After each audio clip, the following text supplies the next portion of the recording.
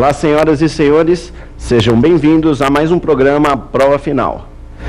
Este programa é uma parceria entre a Rede LFG e a TV Justiça.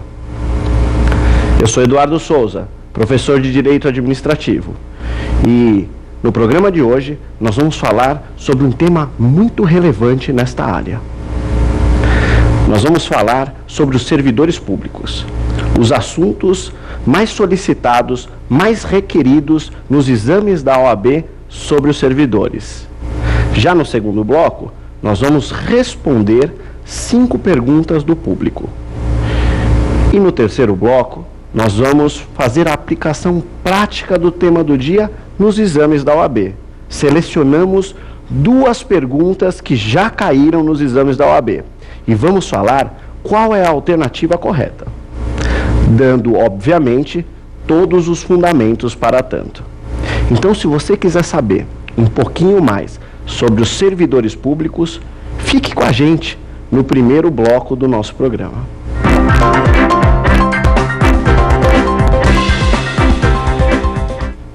Já retornamos com o primeiro bloco do nosso programa, no quadro O Tema do Dia. Hoje nós vamos falar sobre os servidores públicos. Vamos falar sobre os pontos mais exigidos pela prova da OAB a respeito dos servidores públicos.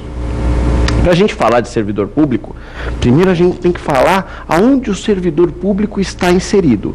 E ele está inserido dentro de um conceito genérico chamado agentes públicos. Aí você vai me perguntar, Eduardo, quem são os agentes públicos? Os agentes públicos são quaisquer pessoas físicas que exerçam função pública perante a administração pública. Ou seja, são aqueles agentes que representam o Estado, são aqueles agentes que realizam os atos que o Estado deve realizar para cumprir a sua função de interesse público. Então, Eduardo, você está falando que agente público é um conceito genérico, envolve todas as pessoas que exercem funções públicas.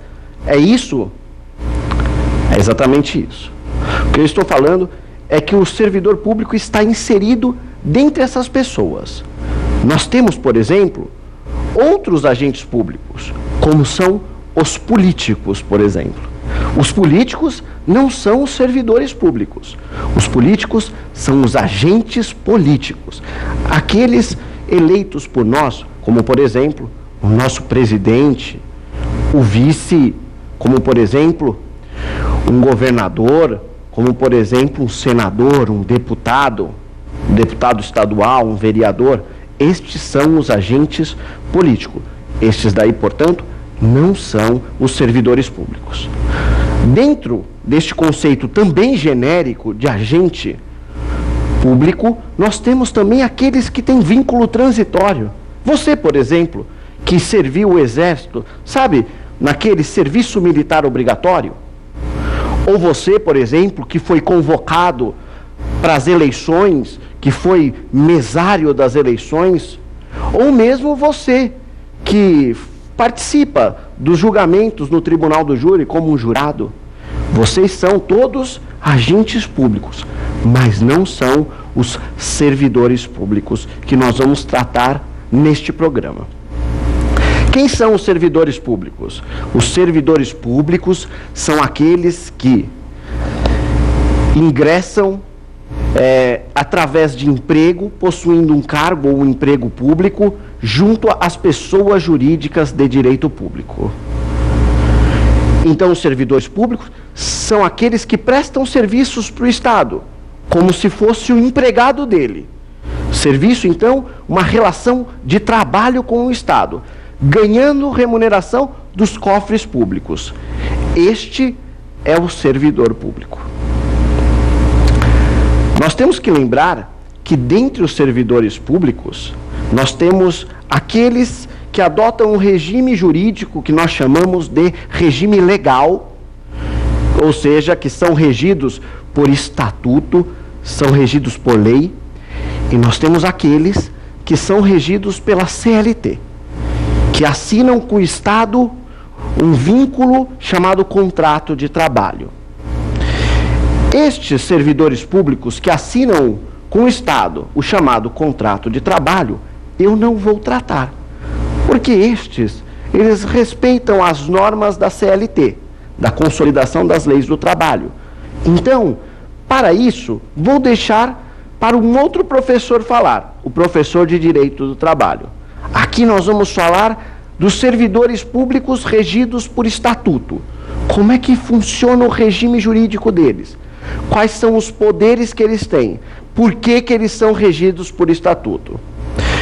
Então, só para a gente não perder a marcação, vamos só falar por que o servidor público pode ser regido por estatuto ou pode ser regido pela CLT. E por que é importante que determinados servidores públicos sejam efetivamente regidos por estatuto.